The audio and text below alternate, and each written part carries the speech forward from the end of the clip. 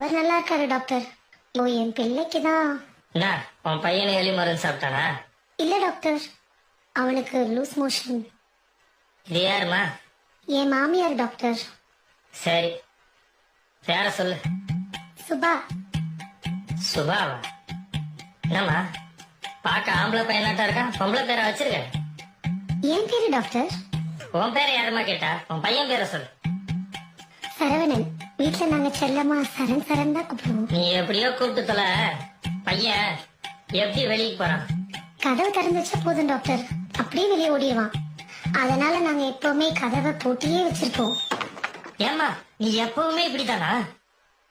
இல்ல டாக்டர், வீட்டுல நான் சுடிதார் நைட்டி எல்லாம் போடுவேன். வெளியே வந்திருக்கேன், அதனால புடவை கட்டியிருக்கேன். ஐயோ ராமா, உன் புருஷன் ஏன் விஷம் குடிச்சான்னு இப்பதாம்மா தெரியுது. பையன் சாப்பிட்டானா? இல்ல டாக்டர், அதுக்குள்ள அவன் கையை கழுவிட்டேன். இல்ல வாயில எடுத்து ஏதாவது வச்சிருப்பான். மா படுத்தாதம்மா, நானே டென்ஷன் ஆக கூடாதுன்னு பாத்துட்டு இருக்கேன். நீ போய் உன் புருஷன் வர சொல்லுமா. அவரு வெளியே போயிருக்காரு டாக்டர். ஏம்மா நான் சொல்றத கேட்டு கொஞ்சம் கரெக்டா சரியா சொல்றியா? சரி டாக்டர். பையன் வயிற்றுக்கு ஏதாவது சாப்பிட்டானா? இல்ல டாக்டர், பால் மட்டும் குடிச்சான். பாலை காய்ச்சி குடுத்தியா? தாய்ப்பால எப்படி டாக்டர் காய்ச்சி கொடுக்க முடியும்? மா, பையனுக்கு 3 வயசு ஆகுது, இன்னுமா தாய்ப்பால் குடிக்கிறான்? இல்ல டாக்டர், என் குடும்பத்துல எல்லா குழந்தைகளுக்கும் 5 வயசு வரைக்கும் கட்டாய தாய்ப்பால் கொடுக்கணும்னு எங்க மாமியார் சொல்லிருக்காங்க டாக்டர். ஆமாமா, இப்ப உன் குடும்ப கதையெல்லாம் எனக்கு ரொம்ப முக்கியம். ஏமா பையன் ஏதாச்சும் சாப்பிட்டானா?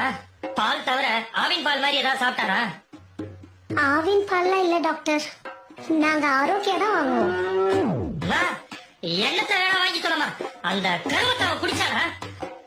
இல்ல டாக்டர். மோஷனு தண்ணி மாதிரி போறானா? இல்ல டாக்டர், கொஞ்சம் சாம்பார் மாதிரி போறான்.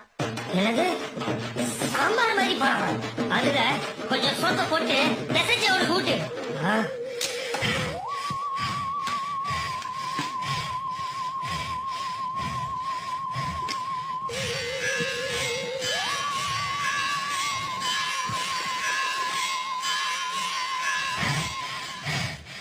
இவளை எப்படியாவது பேசி துரத்திடணும், இல்ல நம்மள சாவடிச்சிருவா.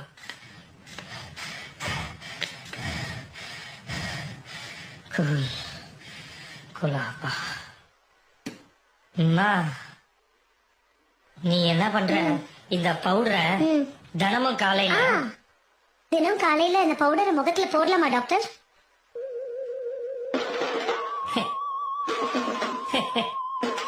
Hehehehe